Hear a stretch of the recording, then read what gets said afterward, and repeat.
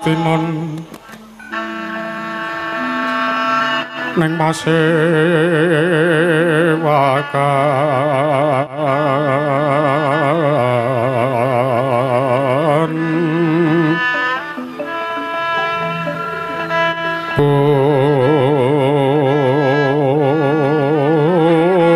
busana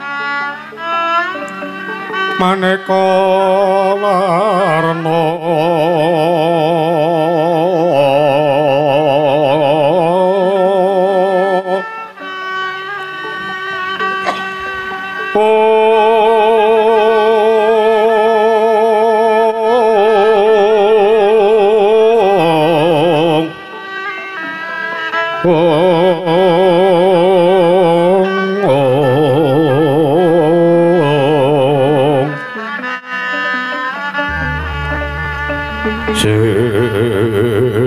Pak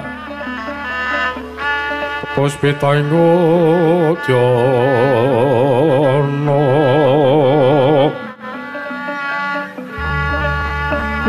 miwang panjra sarwa rukma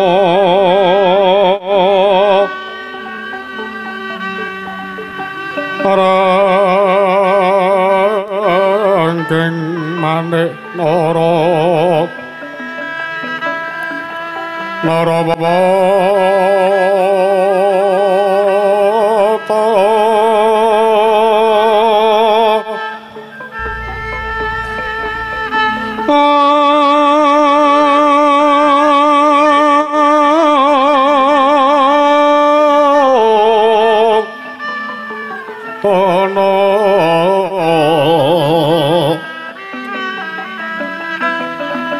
Obro prabanya kang sumirat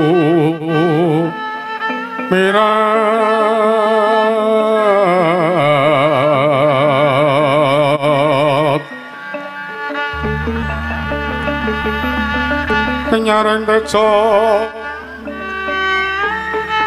laliwaran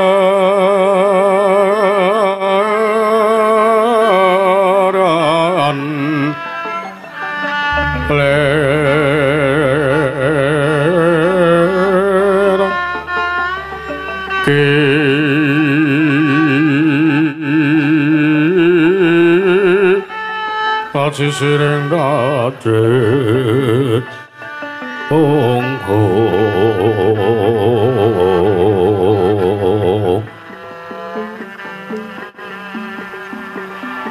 wimbo kekondo mrek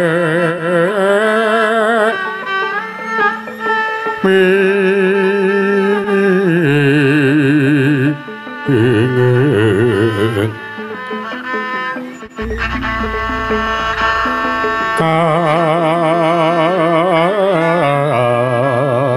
kadupeng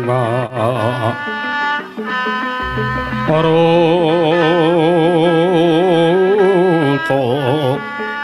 mondo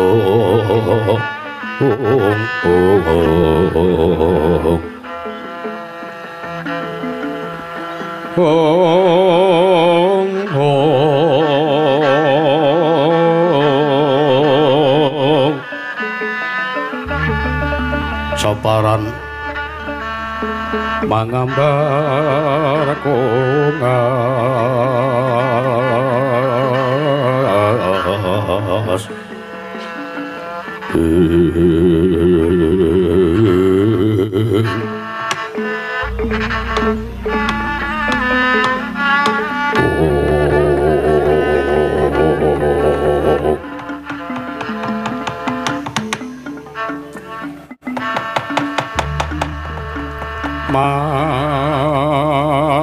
mangkiwa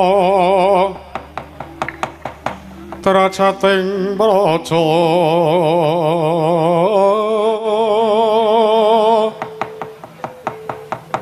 kawuryan wasanya ruri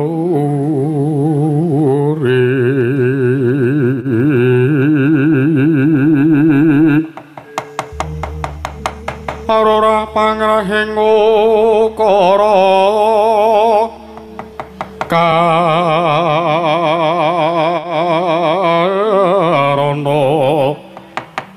tanpa palupi ati lara selastuti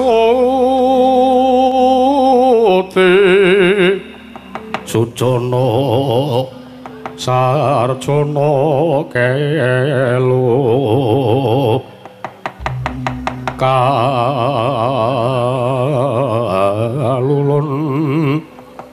kala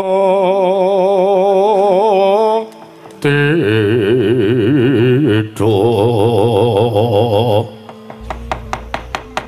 tidem tandhaning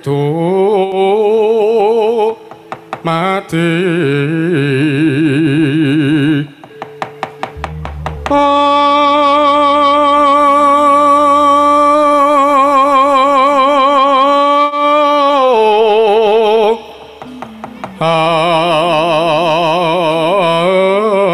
antayeng rat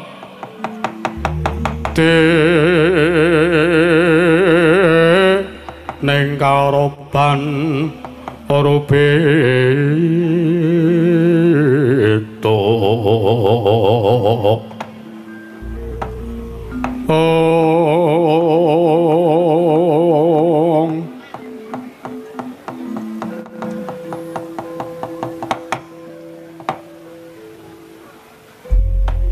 Niwang Sukmana mangadili nuwi kula sasmintaning sujagat pasisadeng Bathara nur mangke Paman Pati Harya Sengguni Paman Pati Plasa Jenar nur mangke aidadekake pekendira Paman Pati Harya Sengguni wontene sira-ingsun piji wonten kajengan manira Paman Pati Plasa Jenar kawula ana ninggi Anggira Prabu Duryudana anak Prabu Jaka Pitana kepareng kami dhumateng piswanipun ingkang abdi kepatihan nggih samangga paduka nimbali dhumateng praptanipun ingkang pamaning kepatihan damel kumejot arosing manahipun ingkang pamaning kepatihan pindhane kadya pinambenging ruping salomba pinanjering alun-alun kumitra caruk maras nanging samangke sareng kula kapiji wonten ngajengan paduka manahipun ingkang pamaning kepatihan tebih saking ras kemarasan nggih diwaji keparing ingkang paman sakmangke nyadong dawuh timbalan paduka anak Prabu Jaka Pitana kawula ana ninggi Paman Pati Harya Sengguni katiparan jeneng para ingkang dadi batal wakiling sun kula kang saka kuwi Pranata tata rakiting kaparajan negara Ngastina aturna marang panjenengan ingsun samendang aja nganti kang karempin Paman Harya Sengguni menawi padukan dangu bab tata rakiting kaparajan negari Ngastina tartentu sadaya tan badhang uciwani para kawula samya sayek saeka kaptya karo luhuring nusa bangsa tuwin negari ing Liman Benawi mendhaipun dumateng para abdi prajurit sata kura ingkang mboya kendhat ngenya tansah gegeladen olah kekridaning apang sawanci-wanci praja paduka katempuh parang muka tartentu boten badhe anggepok kunca paduka Gusti kula sang nata ing Ngastina ingkang mamaning kepatihan remuk ngasawurna putung sumangga kabandhemna diwaji kawula ana ninggi Paman Pati Harya Sengguni damel bumbung jasing senenga jangkep kang dadi adharira Paman Harya mboten langkung pakaran ingkang utama tindana selawase urip sampun kendhat Paman Harya menapa ingkang sampun paduka dawuhaken kula mboten badhe suwala namung dereng lansah sampunipun parang kula ngaturaken sembah sungkem pangabekti kula kunjuk sandhap padha paduka nggih anak Prabu dosa menapa ingkang badhe kula sandhap teka kula wantun nampi sembahipun Hyang Sepuh wale-wale menapa senajan to paduka jenengan tiga mriko jejering Hyang Sepuh nanging dados wrangga negari Ngastina paripaksa sembahing Paman Harya Sengguni kula tampi dawa sami-sami kawula nun mboten langkung kaprayogan legahipun Paman Harya Sengguni sampun mboten kirang prayogi pisowan kula nggih kawula nun inggih Lur Wangge Bapa Durna Bapa Neban Kumbayana Bapa Nebaning Sukalima sarawipun Bapa Pandurna ingkang putra Ngastina Duryudana ngaturaken pambagya raja mugi kunjuk Bapa Pandurna. Lole astaga swala bertapa sumorante.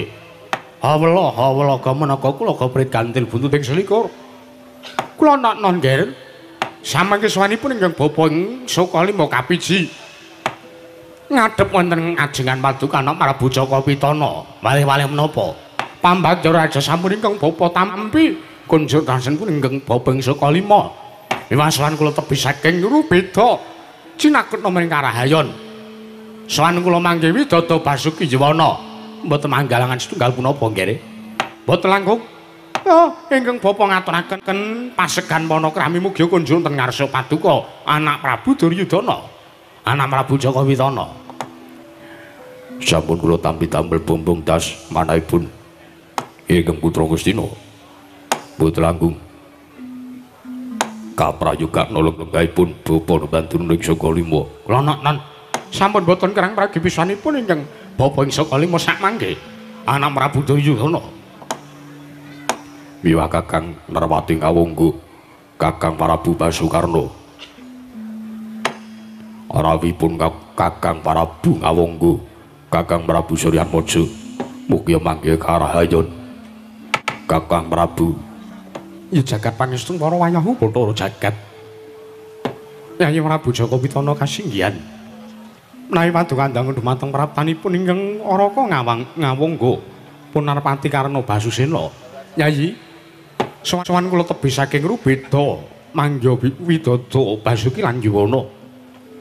Mboten langkung kula ngaturaken salam taklim kula mugi kunjung wonten ngarsa paduka Yayi Prabu Jaka Pitana, Yayi Prabu Duryudana. Sampun kula tampi asta kali mugi ndayani marang gesangipun Duryudana. Mboten langkung kaprayogan lenggahipun Kakang Narpati Ngawunggu. Kula non sampun boten kirang prayogi Yayi Prabu. Apa dene sira Dimas Kartomarma? Padha tatan barisane Purwadya puling kepadha gantung sibu. Aja nganti kang padha saur panduk sing isa nedya Bromo sataning babarake wigatring pasewakan Kartomarma.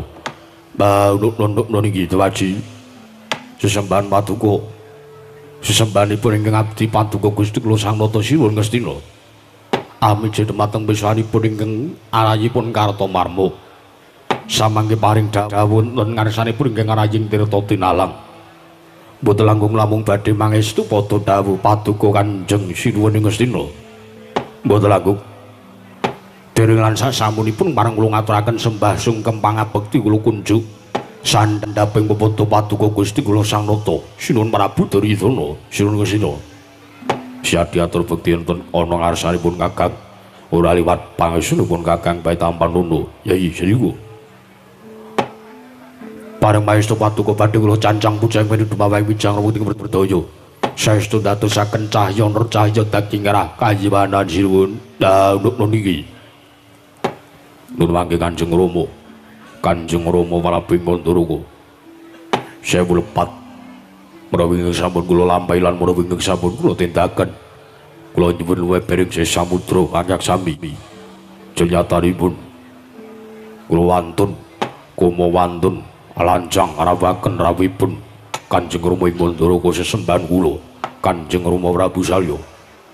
Pramila gandeng sampun rawuh wonten negari Ngastina ingkang putra pun Jaka Pitana keparenga samangke ngaturaken asung pasegan panakrami mugi kunjuk wonten ngarsa paduka Kanjeng Rama Prabu Salya Manduraka. Kanjeng Rama ya jagat pangestu ngara wayahu Bathara jagat anak Prabu Ngastina ya nggih. Sakmengko paduka anak Prabu Duryudana amiji mring pisawanipun Rama ing Manduraka. Nggih. Sawanipun Kang Rama ing Manduraka sakmangke manggih kawontenan ingkang nengsemaken jernyatane pancen anak kuwi Ngastina kuwi nalindra ingkang Gung Pinatara, nalindra ingkang tartentu bisa maratitisake sarta uga maranata tata rakiting kaprajan negara Ngastina kanthi bener lan becik. Mula kawulamu uga ayom nanging uga ngrasake ayem. Iki negaramu ageng ning uga krasa agung. Kabeh kita kira yen ora saka pangreka dayane anak Prabu Ngastina ya anak Prabu Duryudana, tak kira ora bakal iso kelakon nganake kahanan negara sing kaya mangkene. Nggih, senajan to asung pasegan Panakrama wis tak tampa ana ngersaning pun Rama ing Mandaraka, ora ewan pun Rama ing Mandaraka ngaturake Buddha pangestawaning pun Rama wae mugya kunjuka ana ngarsaning paduka anak Prabu Duryudana, anak Prabu Jagawidana. Sampun kula tampi karya bumbung das manahipun Kang Putra. Mboten langkung kaprayogan nulungaipun Kanjeng Rama ing Mandaraka, Rama Prabu Salya. Kaya wis ora kurang prayoga praptanipun Rama. Malah sak mengko gandeng pun Rama wis caket ana ngersaning anak Prabu Duryudana mula kang saka kuwi. Marata diadi wale-wale apa nggih anak Prabu anane pun Rama matur kang kaya mangkene ora kejaba pun Rama mung bakal nungsung werta nyadong dawuh timbalane anak Prabu Duryudana. Munggono wigati apa sak mengko pun Rama mung bakal nganglungake jangga nilengake karna mabuka Susilastawa mastuti sabda tama pangandikane anak Prabu Duryudana, anak Prabu Jagawidana. Lho lagi Kanjeng Rama Prabu Salya, ingkang sepisan kula ngaturaken panuwun wonten anggen kula ngrawuhaken Kanjeng Rama Mandaraka samangke nampi kanthi bener lan kanthi wonten ingkang prayogi damel bumbung das manahipun Kang Putra. Wonten tungkap pangga kalih wontenipun kula ngrawuhaken Kanjeng Rama Mandaraka mriku boten tanpa sebab nanging samangke kula menika namung badhe nyuwun dawuhipun paduka Kanjeng Rama Prabu Mandaraka ingkang pinangka jejering tiyang sepuh kedua samangke paring dawuh wonten karsanipun ingkang putrapun Kuruwati babagan prameswari negari Ngastina inggih boten sanes namung Yayi Ratu Banowati ingkang menika putra saking paduka Kanjeng Rama Prabu. Pramila kawontenanipun Yayi Banowati mriku tumunung wonten astanipun paduka Kanjeng Rama Prabu. Lajeng menapa ingkang badhe kula suwuni priksa lan menapa pangandikan sakmangke nedya kawiyos saking paduka Kanjeng Rama Prabu. Boten sanes namung ngingi babagan putra paduka inggih Yayi Ratu Banowati ingkang samangke tugu sampun wonten tigang candra ari kalenggan samangke nampi kanugrahaning dewa ingkang wujud lan nampi wahyu pulung ratu. Kamakudu sewu putra paduka Yayi Ratu Banowati mriku boten gadhahi raos prihatin, boten ginakaken lampah priatos tanpa lampah tapa brata, nanging gun sewu teka ketukusaken nampi kanugrahaning dewa ingkang winastan wahyu pulung ratu. Miturut paduka Kanjeng Rama kados pundi kabagyan lan kanugrahan mriku kula wau badhe dipun tangkepi mawi sarana menapa kedah ngaturaken rubyan menapa kedah ngucap syukur dhateng ngersaning Sang Mahanasa lan ugi kula boten kepengin sakmangke wahyu ingkang mapan wonten anggenipun Yayi Ratu Banowati ketuga uncat saking anggenipun Yayi Ratu Banowati lajeng sarat-sarananipun menapa supados wahyu boten uncat saking anggenipun Yayi Ratu Banowati. Kula nyuwun pamrayoganipun paduka Kanjeng Rama ing Mandaraka Rama Prabu Salya.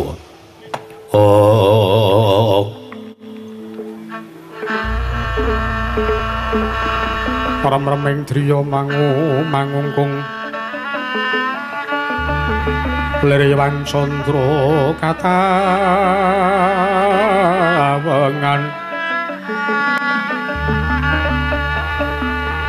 sumuk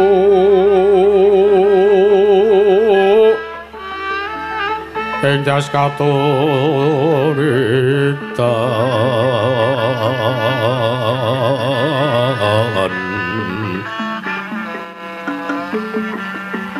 limut kapiarsaning rojit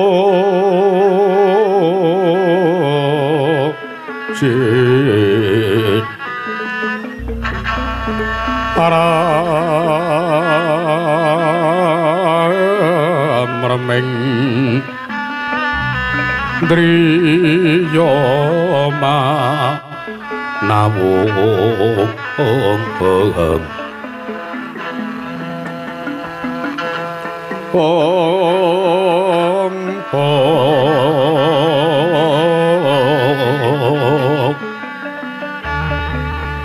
kakuwung ing nyewang wisesa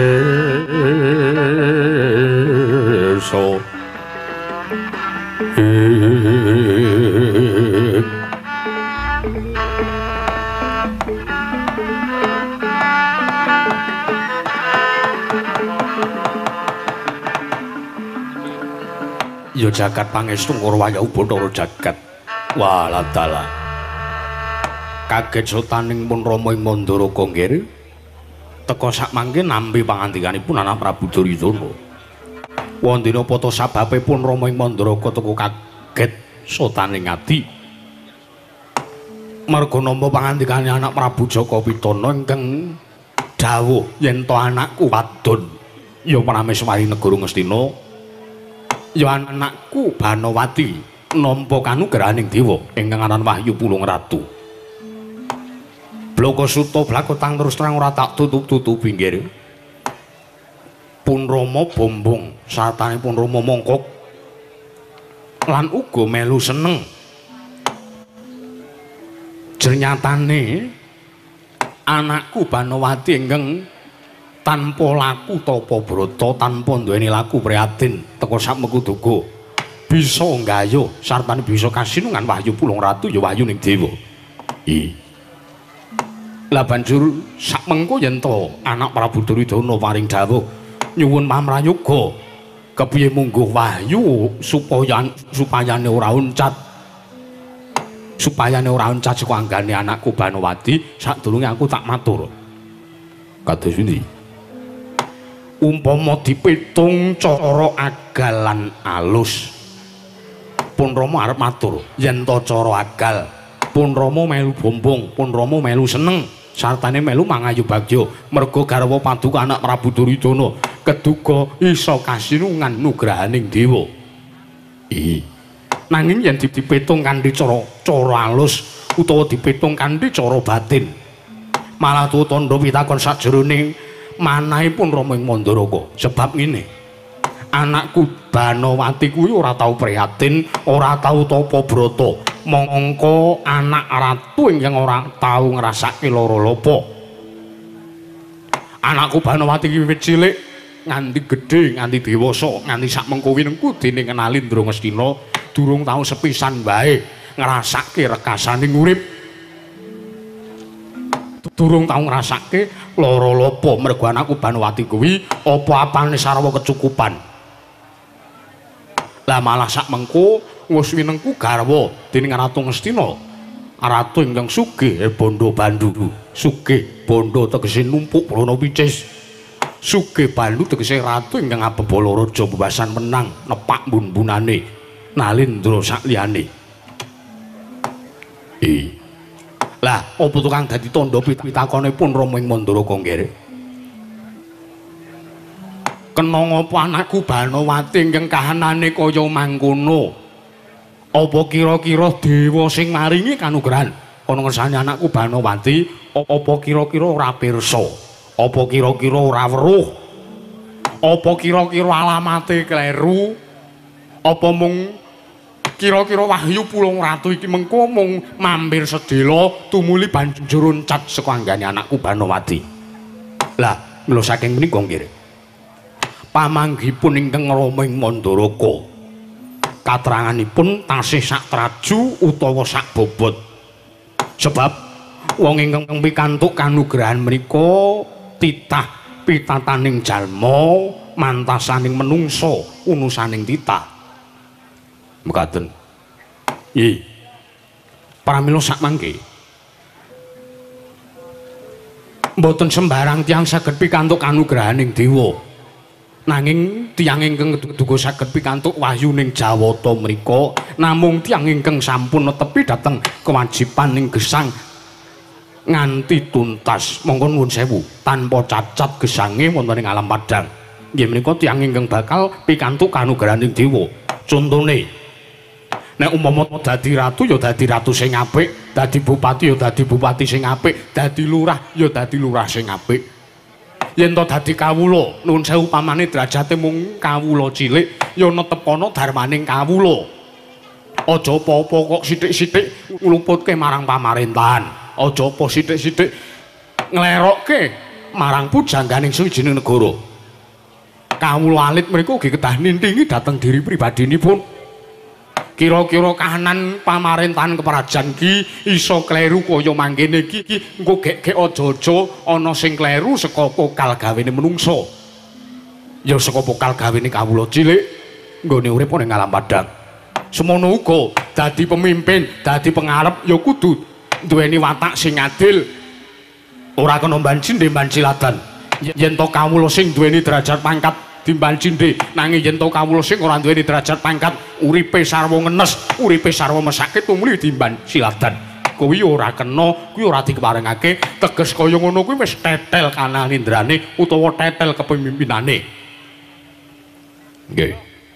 Yen to dadi ratu utawa dadi nalindra, senengane kok gawe sengsarane para kawula, gawe sengsarane masyarakat. Ora wurunga mengko nggone dadi nalindra ora bakal langgeng. Teges ora bakal langgeng kuwi para kawula ora bakal percaya karo nalindra sing madhep ana suwijining negara. Sesuk nek pilihan meneh ora dicoblos menika. Niku nek dados nalindra nanging mboten jujur. Ning semono uga nggih. Kawulane sing milih kuwi uga kudu nintingi kanthi bener lan becik kira-kira lahir batine calon nalindra kuwi apik apa ora. Mergo yen to geleme milih mung mergo dinehi dhuwit. Lah menika. Yen to geleme nyoblos, geleme milih sawijining nalindra mung mergo calon ratu kuwi menehi dhuwit. Lah menika ugi mboten badhe prayogi ugi kawontenanipun. Wangsul dumateng anak kula pun Banawati menika mboten lumrah, menika mboten tegesipun mboten jalma limrah ingkang duka saged nampi kanugrahaning dewa. Jenyatanipun tiyang ingkang badhe gayuh kanugrahan menika wonten syarat senananipun. Lajeng menawa syarat senananipun tiyang ingkang badhe gayuh kanugrahan menika wonten 3 perkawis ingkang sepisan lila. Lajeng ingkang angka kalih wani, lajeng ingkang angka 3 kurban. Tegesipun menawa lila tegese ora duwe rasa ngresula nggone urip ning alam padang mbuh kepiye wae kedadiane. Lajeng pitados dhateng panguwasaning dat Kang Murwing Dat ning sakmenika nuwun sewu angel golek wong sing duweni rasa lila nggih. Menungsa kuwi kepenak sithik uripe banjur lali ngucap syukur nang saning Gusti. Mulya sithik derajate banjur lali karo sing kuwasa. Dhuwur sithik pangkate banjur sewiyah-wiyah karo sak pepadane. Menika menungsa menika sampun lumrah. Menawi jaman sak menika. Nggih. Menungsa menika kocap ndek dhuwit sithik, wah ndase atos. Apa-apa arep dituku, apa sapa-sapa arep dijajake, paribasan mung kurang dhuwit 4.000 wae ditomboki. Menika menungsa. Nggih. Lajeng angka kalih ingkang winastan wani. Wani menika teges semang-semang utawi samar-samar. Mengko gek tegese aku urip ning alam padang tumindak kaya mangkene niki mengko gek kaya ngono. Aku tumindak ngono mengko gek aku kaya ngene. Menika sedaya wau sampun dipun gagas. Jeriyatanipun sedaya ingkang lumampah wonten negari Ngesti wonten ing pagesangan menika dadipun masraken wonten ngarsanipun Gusti Ngarya Loka. Tegesipun bener sejati menika ugi namung wonten astane sing gawe urip, bener pribadi menika bener tumrap awake dhewe. Lajeng ugi bener tumraping bebrayan. Menika mboten wagingsir. Utawi gesanging menungsa menika mboten mathok, teges wagingsir umpama saiki iya sesuk ora. Momo saiki ora sesuk iya mula sedaya tindak tanduk muna-muni menungsa mriku aja kulina percaya karo sak bangsane menungsa. Perkara bener karo ora menika namung gumantung karo sik gawe urip. Racak-racak sak menika lho nggih. Kathah wong sing sok pinter, kathah wong sing sok keminter ngaku ponakane sing gawe urip. Nek kowe ngene dianggep salah, dianggep dosa, dianggep musyrik, dianggep sesat, mlebu neraka. Lah menika niku padha karo ngaku dadi ponakane sing gawe urip kamangka piyambakipun menika ugi dereng mangertosi neraka ki enek apa ora janjane. Ngaten menika. Nggih. Menika wani. Lajeng ingkang ketiga, kurban menika wonten kapérang dados kalih. Liripun. Ingkang sepisan kurbaning lahir lan kurbaning batin. Kurbaning lahir menika dana driyah, dana weweh. Paring payung maring sak pepadane ingkang betahaken. Menika. Paring sandang wong kang kawudan, paring teken wong kang ora iso mlaku. Monggo nuwun sewu. Tanpa ngginakaken pamrih. Lah ingkang awrat lan ingkang angel menika wonten mriki.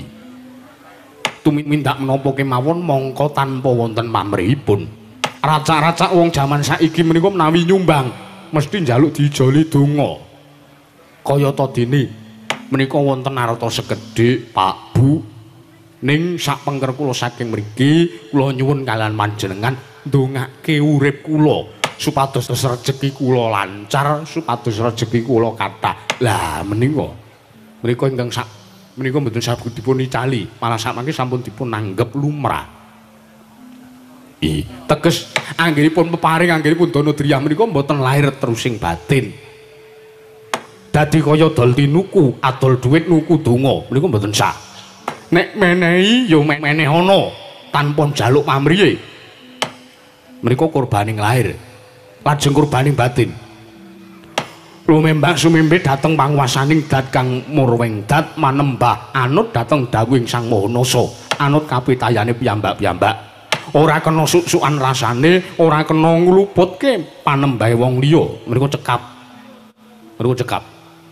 Lah mila nggih, tigang perkawis menika ingkang winastan lila, wani lan kurban menika sekedhik kemawon boten wonten ingkang nyandhel wonten anggenipun Banowati. Apa kira-kira dewane iki ora weruh ning atase menika anugrahan marang Banowati. Lajeng nuwun sewu. Menapa mboten kepareng menawi Jawa tumatedaken kanugrahan dumateng Kang Putra pun Banowati. Lho, oleh mawon nangsal mawon. Ning ya dewane iki delok-delok. Wong wedok ki nek kulinane turu. Pamite nyambut gawe tekan nggon micek. Menika mboten badhe pikantuk kanugrahaning dewa. Ngaten. Iya. Kamangka Banowati menika nuwun sewu lho nggih. Menika paripaksa kula aturaken Daruni. Menika wong wedok sing ora tau duweni rasa jujur. Teges wong wedok sing ora tau duweni rasa jujur menika gaweane ngapusi karo sing lenang. Nuwun sewu. Menika wadinipun Kang Putra piyambak teka dipun wedharaken wonten mriki. Lho kajenge, sinten sing akon sampeyan milih anak kula Banowati? Sinten sing dawuh karo sampeyan supaya nalika semono ngrabeni kali anak kula Banowati? Ya pancen bener. Rikala semanten Maduka Yanem Prabu Duryudana menika ngayonaken anak kula pun Surti Kanthi malah dipun colong, dipun gendak kalian Karna menika. Kasinggihan. Nek mboten dadosaken menapa kula sampun ikhlas. Ngaten. Oh lagi syukur nggih, syukur. Kula menika namung iman dhateng gesangipun anak Prabu Duryudana janipun. Pendak-pendak dipun suwuni dhuwit mung dinahke wong lenang liya menika nek mboten patung esna mboten ikhlas menika mboten badhe sampurna gesangipun. Paman Haryo, kula wonten dawuh nggih. Lho nyun pamrayoganipun Paman Pati Hari Sengguni. Babagan Wahyu Pulung Ratu supados tetep langgeng manjing wonten anggaripun Yayi Ratu Banowati. Nuwun sewu. Menawi kala wau sinuwun Prabu Salya daki-daki paring dawuh. babakan tigang perkawis syarat sarana nggayuh wahyu. Inggih menika lila wani kaliyan kurban nggih. Nek cara kula kok menika cara kalusen tumrap anak Prabu Duryudana. Liripun kados pundi? Nek menika paduka ingkang ngecakke tartentu ical wibawanipun anak Prabu Duryudana. Lah nek pamanggih kula monggo sareng-sareng sak mangking ingkang kulina lan pun kerep nggayuh wahyu dipun pateni mawon. Liripun kados pundi? Wong-wong sing kulinane wis bola-bali marambah makaping-kaping nggayuh kanugrahaning dewa dipun pejahi kemawon. Jenyatanipun kula kinten sak mangke badhe nyrimpeti nggo gek-gek gandeng anak ratu Banowati sampun pikantuk kanugrahaning dewa wujud wahyu pulung ratu nggo gek-gek wahyu pulung ratu direbut karo menungsa kana-kana. Menika menawi tumrap ingkang paman ing kepatihan. Sengkuni kula wonten dawuh sinuwun. Gusti yen to jeneng para Sengkuni duweni pamanggih sing kaya mangkono, duwe pamrayoga sing kaya mangkono, aku ora mathuk. Aku ora mathuk. Jernyatane kuwi dudu cara kamanungsan, nanging kuwi carane iblis. Kuwi dudu kok carane wong kang duweni paugerane urip, nanging kuwi tata carane wong sing ngangsa. Wong buruk kuwi tata carane kaya ngono kuwi. Ngaten. Yo, mula aku rasa rujuk. Aja ngasi mengko anakku Banowati nampa atur sartane sarujuk karo apa sing wis mbok omongke mau. Mboten sarujuk nggih mboten napa-napa mung kantun mendel kemawon dadak ngunek-unekke. Ya Kakang Tuna. Lah lajeng miturut popo bantu kados pundi? Nek kula menika gampil kemawon nggih, kula menika gampil kemawon. Gayuh babakan kanugrahan menika nuwun sewu. Menawi samangke ingkang garwa pun anak Ratu Banowati kasinungan kanugrahaning dewa ingkang awujud wahyu pulung ratu. Kula nuwun sewu, menika janjanipun mboten kasinungan wahyu kok. Cobi nek umpama wahyu menika wonten, umpama kanugrahaning dewa menika kasunyatanipun wonten gumelar wonten ing jagat menika. Cobi kula tak nyuwun priksa. Napa sinten pun wonten gambaripun? Gambar atus pundi? Gambar wujuding wahyu menika. Wahyu menika mboten mawujud, teges wahyu menika mung sugesti. Menika napa? Wahyu menika namung sugesti. Sugesti menika menapa? Sangka gedrenge rasa percaya, sangka dene rasa yakin. Satemah dayaning wahyu saged dipun raosaken dening titah. Inggih menika pun garwa paduka inggih menika pun Dewi Banowati menika. Miturut ing bapa ing saka lima, kula niki wong sajeke urip ora tau percaya karo sing jeneng wahyu menika nggih. Kula mboten tau percaya karo sing jeneng wahyu. Gaweane ngapusi mendinane. Ngaten. Nggih. Kula mboten mitados. Jernyatanipun wahyu mboten mawujud. Teges wahyu menika namung sawijining perbawa. Kamangka perbawa menika saged ical. Lan perbawa menika saged tukul, saged mijil. Saking perbawaning alam. Perbawaning alam menika sosok kala mangsane mung nuruti dhateng mangsa. Mangsa liripun. Mangsa ketiga utawi mangsa rendeng. Perbawaning alam menika namung nuhoni dhateng kalih perkawis menika. Nek umpama mangsa rendeng perbawane anyep, umpama mangsa ketiga perbawane panas. Lah, kula kinten sakmangke anggenipun Dewi Banowati nampi kanugrahan menika ora kok mangsa rendeng, ora kok mangsa ketiga, ning menika salah mangsa. Ngoten. Lho salah mangsa. Jenyatanipun menawi paduka anak Prabu Duryudana nganggep bilih ingkang garwapun Dewi Banowati pikantuk nugrahaning dewa. Menika sanes kok kanugrahan. Ingkang namipun wahyu menika sanes kok kanugrahan. Ning nuwun sewu, sing jeneng wahyu menika inggih sakmenika ana ingkang menapa ingkang dipun raosaken dening anak Prabu Duryudana. Kayata sepisan anak Prabu Duryudana dados Nalendra ingkang Herbanda Bandu. Herbanda tegese numpuk brana picis seprapat jagat menika kagunganipun anak Prabu Duryudana piyambak. Lajeng Bandu teges Nalendra ngabebala raja bebasan wenang anepak mbun-mbunane Nalendra sanes. Menika tumrap ingkang bapa. Nek cara aku menika kanugrahan ingkang nyata. Wahyu Pulung Ratu menika sanes kok kanugrahan merga ora ana kasunyatane coba manfaate apa pedahe apa angging sak mangke paduka anak Prabu Duryudana nggadahi garwa inggih menika pun Dewi Banowati pikantuk Wahyu Pulunging Ratu jal dayane apa kira-kira sak mengko iso gelar jajah negara Ngastina apa kira-kira sak mengko iso gelar kukuban negara ing Gajahaya menika panuwun menawi tumap ingkang Bapa ing Sukalima nek cara kula lho nggih cara sampeyan. Lho lha nggih, cara kula mboten pitados wontenipun wujuding wahyu. Kula mboten pitados kaliyan sing jenenge kanugrahan. Sedaya menika kantun menapa? Lan kados pundi anggenipun ngudi?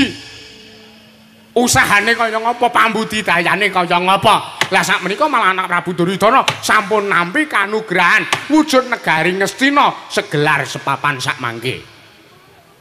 Jajane jembar mboten karu-karuan. Brana picis tumpuk matumpa-tumpa. Lah menika kanugrahan. Kanugrahan ku dudu kok wahyu katentreman. Dudu kok wahyu Pulung Ratu. Wahyu cakrane ngrat, wahyu maning ngrat. Oh, menika menawi tumrap kula namung tembung ayawara. Sebab wahyu menika mboten wonten wujudipun. Kula nek mboten wonten wujudipun kula mboten percaya. Kaya nek diomongi gedhe ning ora ana kasunyatane ora didudahi kula nggih mboten percaya menika. Sampeyan ki omongane kok sok celomongan Kakang Durna. Pripun? Sampeyan nek ngendika, nek ngendikane sampeyan kuwi ora percaya karo wujuding wahyu. Nggih. Sebabe wahyu ora ana wujude, kanugrahan ora mawujud. Pancen leres. Gandeng kanugrahan utawi wahyu menika mboten wonten wujudipun, pramila kula mboten pitados. Sik kan. Pripun? Sampeyan kok ngowah-owah adat. Ngowah adat lire pripun? Coba ta. Nek sampean ngendika yen wahyu ki ora ana wujude. Lah kok teka kok akeh kahanan para kawula padha nalikane malem pilihan lurah utawa bupati utawa sak panunggalane.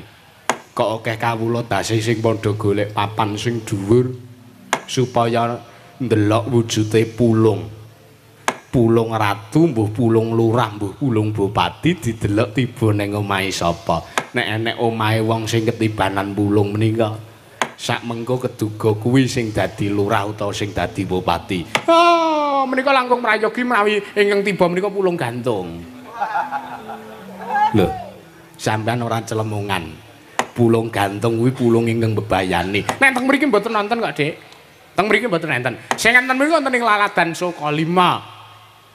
Ngaten. Sing wonten menika wujudipun Pulung Gantung. Nggih kula percaya nek Pulung Gantung menika wonten. Ning menawi Pulung Lurah, Pulung Bupati menika namung kaya wara nyatane mung nuruti dhateng tuturipun para sepuh. Dukunane do percaya. Oh, sesuk bakal ana pilihan lurah, sesuk bakal ana pilihan bupati. Engko bengi ayo ndelok, engko pulunge tiba ning nggone sapa. Lah menika namung kaya wara. Menika tumrap kula namung kaya wara. Nyatanipun kula pun tau nepeni Dik Pate. Kula pun tau nepeni malah kula ketibanan meteor. Meteor sak pringkil nika. Lah nek umpama gedhe ngono saged kula dol. Pertapan Sukalima kula bangun. Ngaten Kakang Durna. Nggih. Nek tumrap kula mboten pitados kalian wujudipun inggih menika wahyu utawi kanugrahan utawi ingkang dipun mestani Pulung menika kula mboten pitados. Sampun. Perkawis pitados menapa mboten wontenipun wahyu. Jayatanipun samangke sampun pikantuk sasmitaning dewa lumantar wasumenan. Ing wasumenanipun Yayi Ratu Banowati. Ingkang ngandhaken lan pratelaken bilih para Jawata maringi kanugrahan kang winastan wahyu Pulung Ratu. Nuwun sewu, wong ngimpi menika sak-sak ming nglindur. Sak-sak ming kembange wong turu. Mboten sak pitados kaliyan ngimpi nggih, mboten pitados kaliyan ngimpi. Iya, menawi boten pitados nggih monggo nanging kula pitados bilih Yayi Ratu Banowati kaya wujuding wahyu Pulung Ratu. Ha iki monggo. Kawula Prabu. Kula wonten dawuh Yayi. Witul Kakang Adipati Karna kados pundi? Nuwun sewu. Nuwun sewu. Menawi miturut kula langkung ngrumaja lan kula langkung condong dhateng menapa ingkang dados pangandikanipun Yayi Prabu Duryudana. Bilih sak mangke Yayi Ratu Banowati kepareng nampi kanugrahaning Dewi ingkang awasta wahyu Pulung Ratu. Nanging kula nuwun sewu sareng kula midhangetaken pirembagipun para pinisepuh inggih pun Bapa Rembang Durna Paman Sengkuni ingkang dipun suwuni pamrayoga saking Paduka Yayi Prabu Duryudana lereke Rembag kok menika namung kados rembagipun bocah TK. Liripun. Nuwun sewu. Ning atasipun Bapa Rembang Durna menika drajating Brahmana teka malah mboten pitados ngendika bilih wahyu menika mboten wonten. Mongko nuwun sewu. Wahyu menika tumrap ingkang Raka Ngawangga menika estu wonten kasunyatanipun. Lereke Rembag menika kula sareng kula pidhangetaken pangandikanipun Bapa Durna mboten wonten setunggal kemawon ingkang mringgaken supados Yayi Prabu Duryudana kalan Yayi Ratu Banowati tumindak ingkang prayogi. Leripun kados pundi? Wahyu menika menawi mapan wonten raga utawi wonten suwijining wadah ingkang reget tartentu wujuding wahyu menika mboten badhe jenjem mboten badhe jenak mapan wonten angganing titah.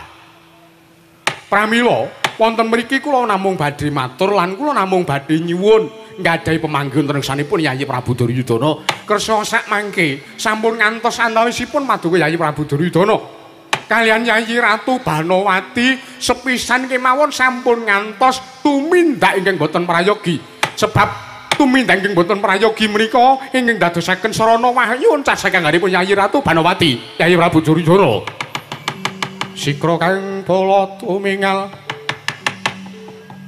Ranga campa sangya ngedali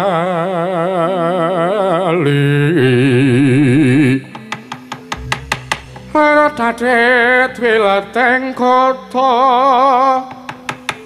dan manggung mangun sang nidhi benjang sang aji adinya ngatali wuwus Presta suraga kaya buta sing ngawregil pasti juga dendanya pangambak boyo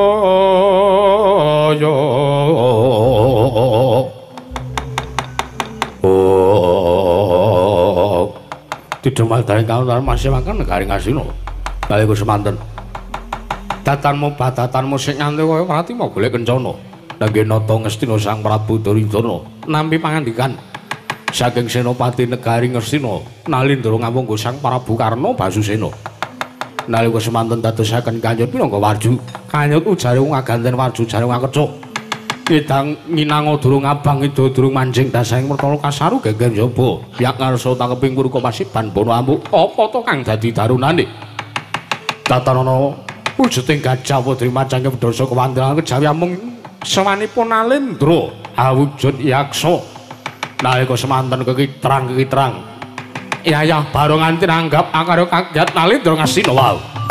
Thank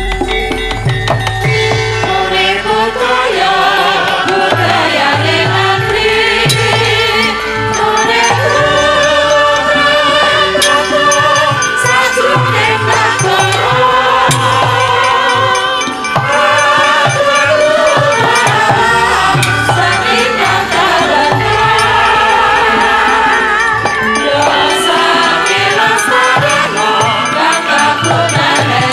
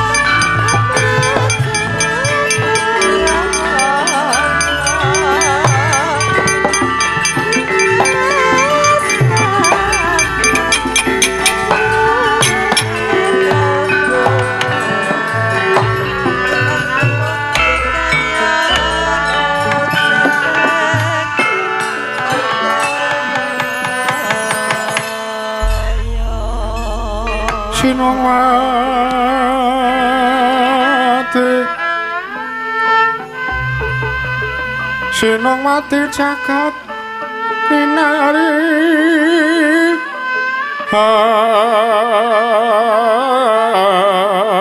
among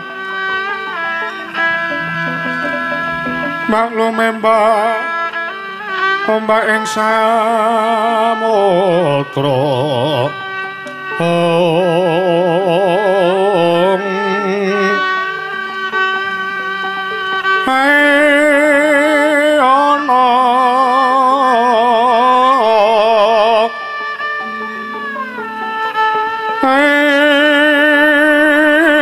ana bali lumut ambrek kanggeng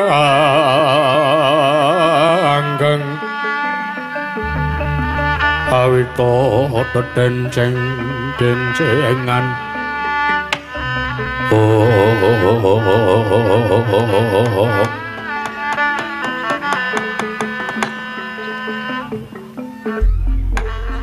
Yuk jagat pangesungkul Pamandaryo kula wonten nimbalan nggih dereng kantos purangipun kula nampi pangandikanipun Kakang Prabu Karna ing ngawungku toko samenangke kula nampi sawanipun Nalindra monggo Nalindra pengawak yaksa Pamandaryo mriku sinten menapa sekintenipun Paman Patih Hari Sengguni pitepangan kalian sawijining Nalindra mriku nuwun sewu nek kula kok kayake mboten nggih merga kula menika mboten gadhahi rawang wujud yaksa kados mekaten lah mbok menawi ingkang gadhahi rawang adat saben ingkang sok gadhahi seswa aneh-aneh menika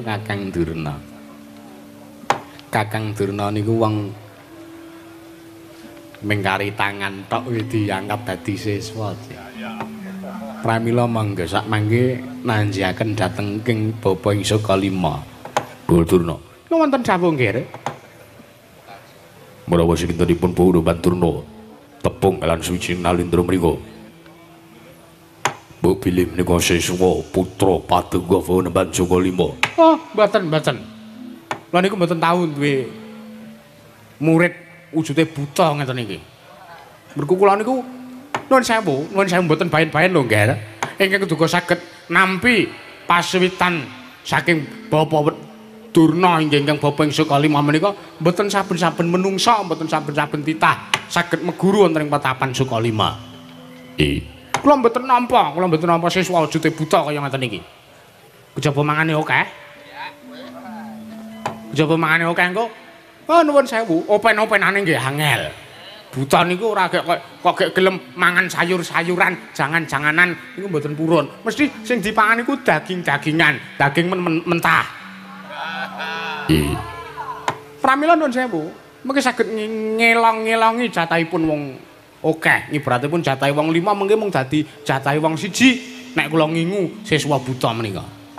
Nanging wis semanten nggih mbok menawi sak mangke Nalendra Yaksa menika gadhahi wigatos ingkang badhe dipun aturaken nersanipun anak Prabu Duryudana samangke monggo dipun aturaken iki mawon dipun dangu kemawon praptaning Nalendra menika kula naknan Kisana aja ngiring sentumabu yekti saweg sepisan iki ingsun wandu sira kuwi Nalendra saka ngendi lan sapa jejulukmu Kisana kece wali kece sadat setan wali kobra bujleng iblis lanat podo jekan sinuwun sing gedhe pangapuramu yen to aku ora basa karo kowe sadurunge aku matur merga pancen aku wis diparengake dening dewa ya aku iki titah ingkang diwenangake dening dewa supayane ora basa kelawan sapa wae. Yo ora dadi ngopo. Banjur mulung aku. Sapa ingkang dadi jejulukmu lan ngendi dangkamu? yen to takon karo aku tanpa dongko tanpa papan ya aku iki Nalendra Kelyang kabur kanginan kendang kebarat ngendi papan dunungku ya ing kono aku dumunung sinuwun yen Sang Prabu Duryudana ndangu nglawan aku mbok menawa sudi mestani marang jasadku takon marang aku ya iki Prabu Kumbara Yaksa Prabu Kumbara Yaksa dasar kepara nyata sinuwun banjur apa kang dadi wigati swaning Praja Negara Ngastina nggo siki aku sowan ana ing negara Ngastina iki sadurunge aku ngaturke sembahku katurun senajan to aku ora isa tata krama Prabu Kumbara Yaksa ya tatampa ora lewat pangestu ing Suntamanono tak gegem dadekake jimat sadurunge aku arep matur sinuwun Kumbara Yaksa kuwi pendak-pendak sowan sawijining negara aku mesti ngaturake telung perangan saka uripku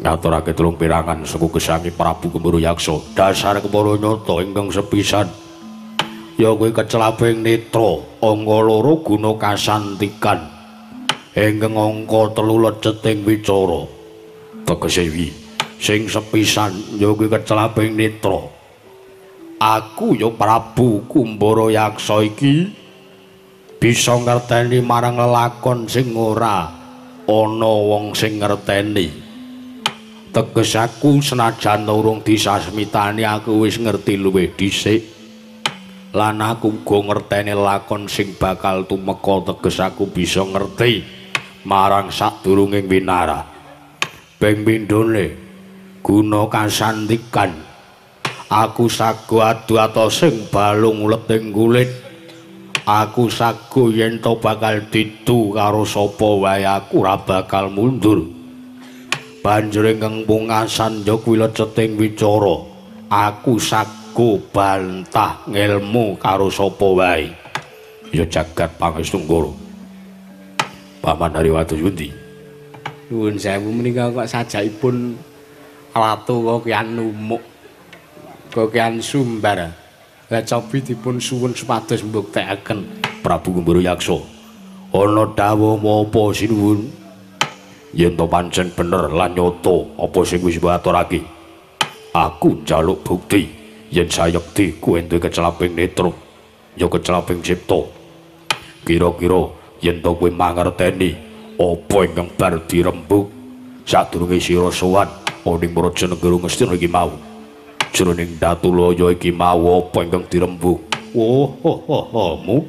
mudah perkara ingkang gampang kuwi sinuwun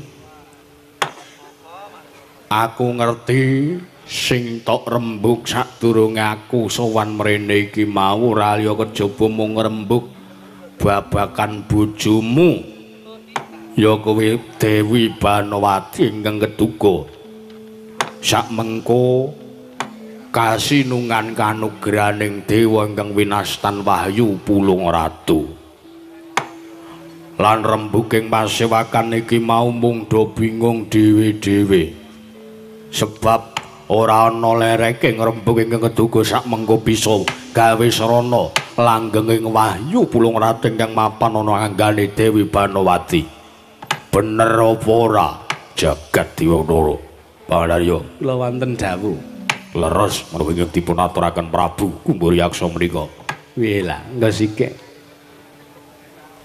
Prabu Kumbara Yaksa ana paran Rakyana Patih coba nek pancen kowe iki wong sing lantip panggraita kira-kira sapa sing lungguh ning pasewakan negara Ngastina sak mengko mongko iki durung padha tau tepung karo sampeyan gage ngendika Neming perkara kuwi wae gampang Rakyana Patih cetha nalendrane Prabu Duryudana ya Prabu Jaka Pitana banjur sampeyan kuwi Patih Harya Sengguni ngerti marang aku ngerti wae kowe kondang Patih cangkeme elek Kowe kondang patih sing cangkeme ngumbar wisa. Eneng kene ngelek-elek kono, eneng kono ngelek-elek kene cangkemmu basa senggone. Nganti rikala lakon Gandamana luweng, kowe gawe srana, gawe karti sampeka, kowe mateni karo bojone Patih Gandamana. Nganti wekasan Patih Gandamana duka karo kowe, banjur ragamu dijuwing-juwing dijur-jur kowe dipulasara nganti cangkemmu perot kaya ngono. Wila asem ki lah. Ya ngerti karo masa laluku to ya. Lah jane ora mirang-mirangke kira. Ya wis ora apa-apa. Senyatane tak tampa. Nek cangkemku elek terus ki arep ngopo? Ya ora piye-piye aku ya mung ngundangke apa sing dadi kaluwihanmu. Nek jan kowe wong wasis sing lungguh ning mburimu kuwi sapa? Pendhita sing klambine biru. Iya.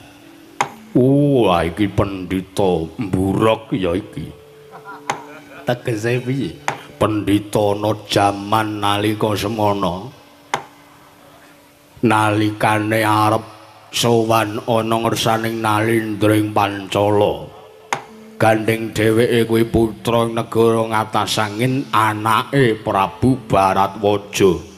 Dheweke nyuwun pamit bakal sowan ning tanah Jawa. Gandeng negara Ngatasangin kuwi ana sak sebranging tanah Jawa, mula dheweke arep prapta ning tanah Jawa kudu kanthi srana nyebrang segara. Sadurunge nyebrang segara ana wujude jaran. Ingkang keduga sak mengko jaran kuwi kaya-kaya arep menehi tumpangan karo Begawan Durna ya Kumbayana nalikane isih enom.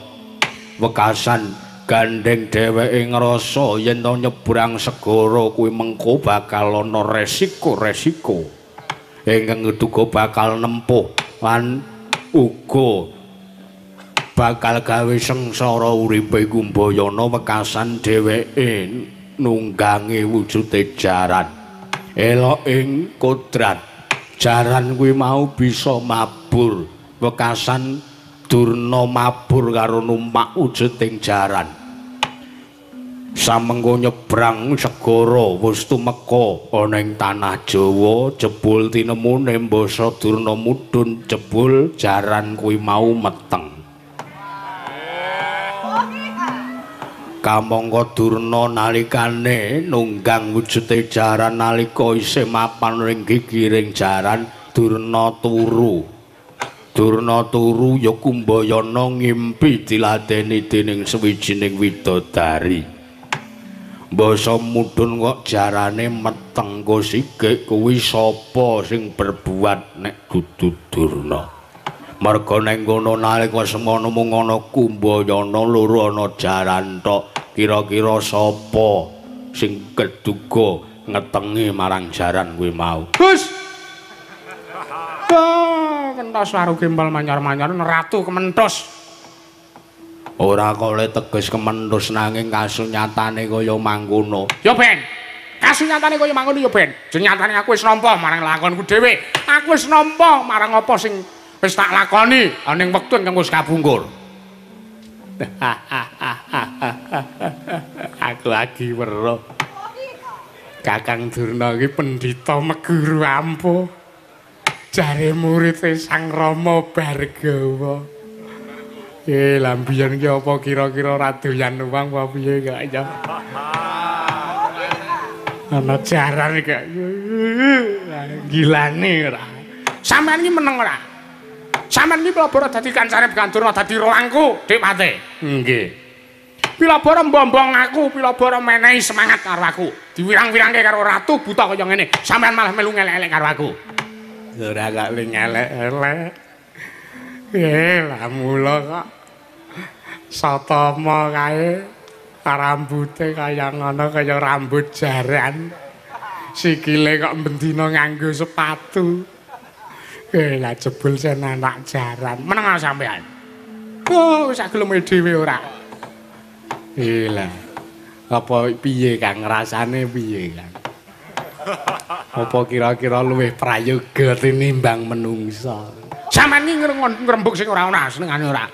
Layak kok anggere nang nggon aku kok ngincer ngelirak-ngelirik wedhusku wae rasa. Jebul sampeyan menungsa ora dosan. Sampeyan iki salah ndek wedhus kok ya le apik. Apik piye? Ana wedhus kok iso menjap. Wedhus kok iso mesem. Oh. Lah apa to? Wis tak dole wae sesuk ora. Nyemelangi sih. Kuwi Begawan Durna. Terus sing lungguh ning burine Begawan Durna kae. Kae ora liya kejaba Suryatmaja yang kang aran Karna Basusena. Kae kuwi janjane perangane Pandhawa. Kae anak Dewi Kunti sing barep nanging gandeng lair lan gumelare Prabu Karna nggone urip ning jagat iki ora dikarepake dening Dewi Kunti wekasan nalika semana dibuang ning kali. Karna kuwi anak haram. Suryatmaja kuwi anak ingkang ora dikarepake laire dening ibune dhewe. Terus malah ning ngerat manus maning jajalanet. Wah. Bejo kemayangan teko nggonmu matur ana ing jroning masewakan yen to ora wis tak tigas janggamu Prabu Kumbara Yaksa. Ya ben. Terus nek iki. Sapa kuwi? Kuwi ora liya kejaba Nalendra Mandaraka Prabu Salya ya Narasoma. Kuwi ratu Gus ratu ingkang ngangsa ora beda karo sing jeneng Begawan Durna. Merga tuk nalika arep nggayuh garwane nganti lila mateni karo maratuwane merga dheweke isin duwe maratuwa buta. Kuwi Nalendra sing ora duweni rasa kabutanan. Rasa kabutanan yen marang sak pepadane menungsa kuwi rasa kamanungsan. Nanging Prabu Salya kuwi ora duweni rasa kabutanan. Gandeng sak mengko sinuwun. Tak kira sinuwun Prabu Duryudana wis bisa mangerteni. Marang kadigdayane Prabu Kumbara Yaksa mau wis kabuktekake. Ya kuwi keclaping netra ora owah gingsir sartane padha marang kasunyatane. Sinuwun, aku ngerti karepane sampeyan.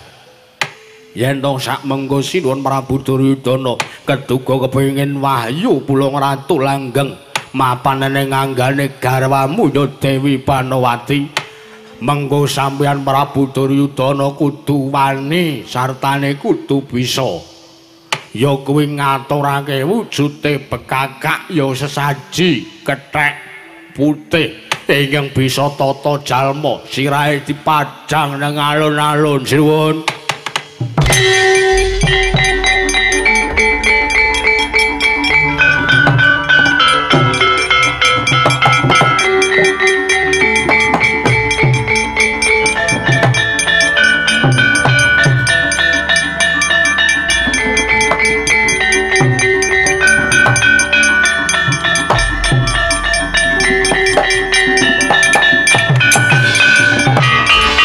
Sitekong sitetanaya majeng datan poso sila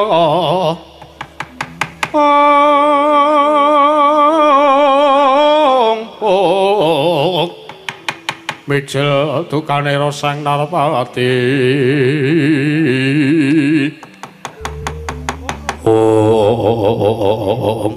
terus malah ning rapan semaing jajalanan sekretaring baune iblis lan wala menungso ora tatanan. Kumbara Yaksa. Prabu Salya adu arep kelawan Prabu Kumbara Yaksa napa? Nreweteh omonganmu kaya bethet sewu nembo pategalan. Ndrewili kaya grujukan aturmu. Kowe nyenyamah asmaning Ratu Mandaraka. Ya pancen kasunyatane mangkono banjur aku arep kepiye meneh? Aku wis isa nampa marang kasunyatanku dhewe. Nalika aku wani nyedani marang maratuwaku dhewe ning anggonmu Matur sing kaya mangkono ki apa kira-kira rambuk petung apa kira-kira rambuk kandheni kanthi dasar ingkang bener. Lire piye Prabu Salya? Coba to. Apa ana seranane wong arep langgeng nggone gawe srana wahyu supayane langgeng mapan ning anggane anak wedok Banowati? Lah kok teko nggunakake srana agal kaya kowe srana kasar kaya dapurmu? Apa ana carane? Lan apa ana kelakone? Wong arep nggayuh kamukten, nggayuh kanugrahan, nggayuh kamulyan mongko kanthi ancik-ancik marang kasangsaraning liyan. Ya senajan to nuwun sewu kuwi mung wujude kethek. Nanging apa kira-kira kowe iki ora duweni rasa mesake marang sak pepadane? Jernyatane senajan to mung wujude kethek putih, nanging kuwi uga titahing Gusti. Kethek putih ora duweni dosa, ora duweni luput karo kowe. Lah kok kowe mringgake sartane mene pamrayoga karo anakku Ngastina.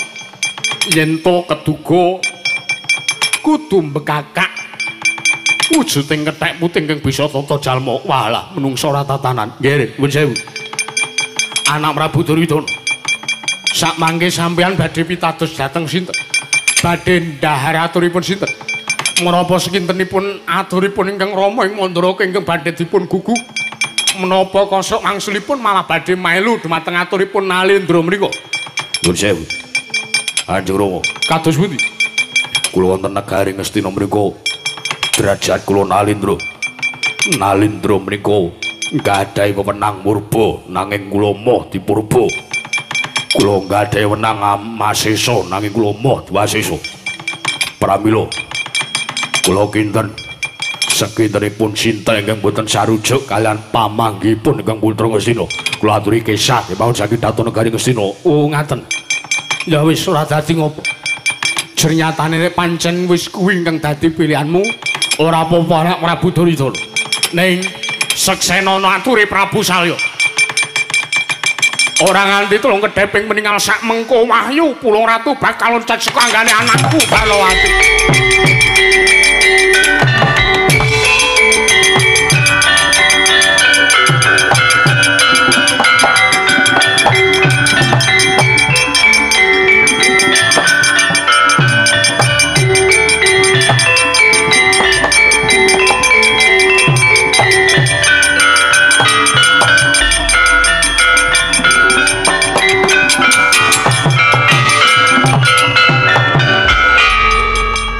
Prabu Karna Majeng wonten dawuh napa? Nuwun sewu.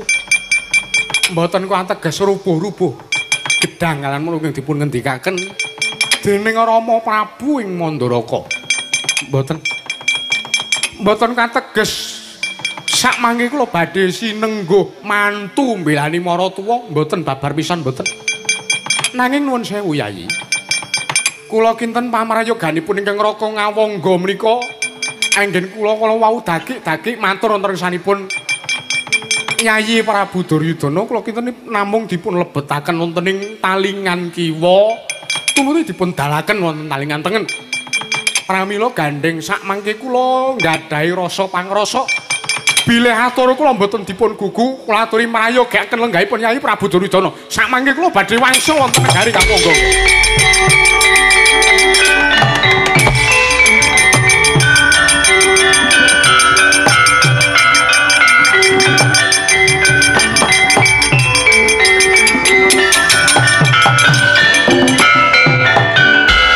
Rembag marwa sing sang katri gumulung mangrompak ing Wadyakarta Kura reka kiri oh ya jagat diwulur Prabu Kumbara Yaksa ana dawuh mopo sinuwun Prabu Ngastina aturmu dadake srana oncate para sesepuh negara Ngastina oncat mbok ben minggat mbok ya wis merga gunane apa ngopeni pujangga gunane apa ngopeni wong tuwa-tuwa ngopeni wong pinter-pinter nanging ora dinut sartane pamrayogane ora munggo tumraping Sinuwun Prabu Ngastina. Malah yen mangkono aja ingsun dhewe ingkang budal nanging perkara bekakak kethek putih tak suwun sira Prabu Kumuriyaksa ingkang mati ya sinuwun ora nganti suruping surya taturake ndase kethek putih aku njaluk pamit hati-hati Prabu Kumuriyaksa.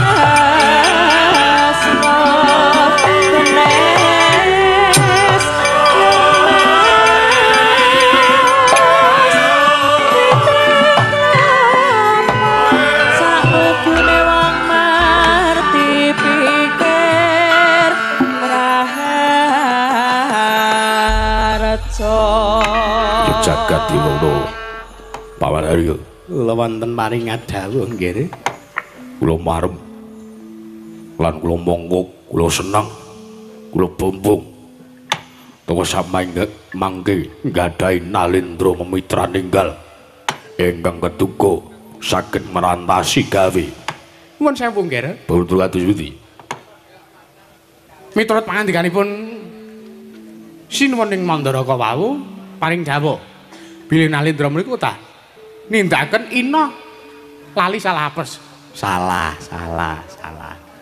kleru sampean ki ngandhake ina lali salah apes sampean yo salah tenan yo apes tenan lan apa wau ukarane lila wani lan kurban lah niku kurban wani lila wani kurban pun padha mawon ukarane diwulak-walik mboten napa-napa Nggak guyu. Apa ora entuk? Wong wis diwirang-wirangke barang kok aku arep guyu sedile ora entuk. Nggih mpun. Gumun kok ki apa mbiyen iki ya urung ana menungsa ngono apa piye ya. Menungsae gurihe pol kok.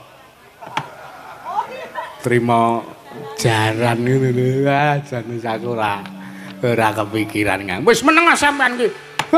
Mirang-mirangke durna ning ngarepe wong akeh ra. Nuwun sewu. Bawadra kados pundi?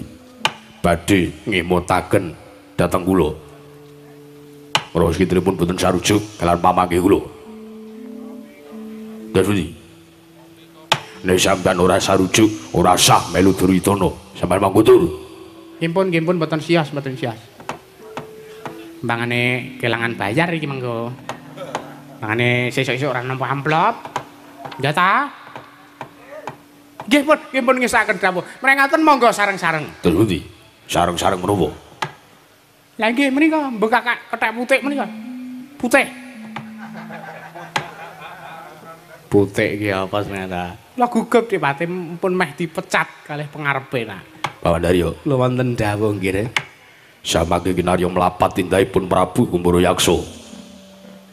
Kula suwun Kurawa dipun ketapaken segelar sewapan Toto gelaring baris. Inggih, menawi mekaten kemarengipun anak Prabu Duryudana ingkang paman sumedya ngestaken dawuh. Kartomarma, kula timbalan. Urta diagi bubarna kang pundhung gantung sibu ing Senadya Kundra Kedaton. Yai Nun ngestaken dawuh. Sing ati-ati aja kaya bocah cilik kaya wis ora ana dawuh mandhe.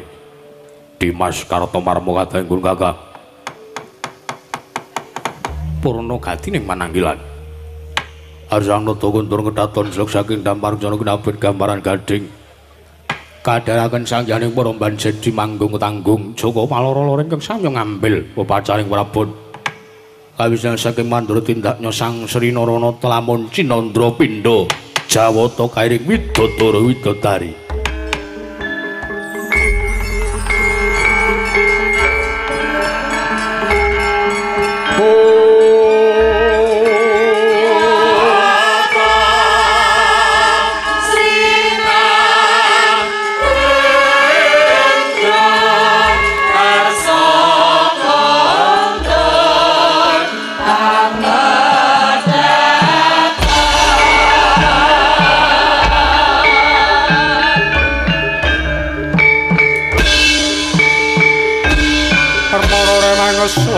ngambrang ngati karenaning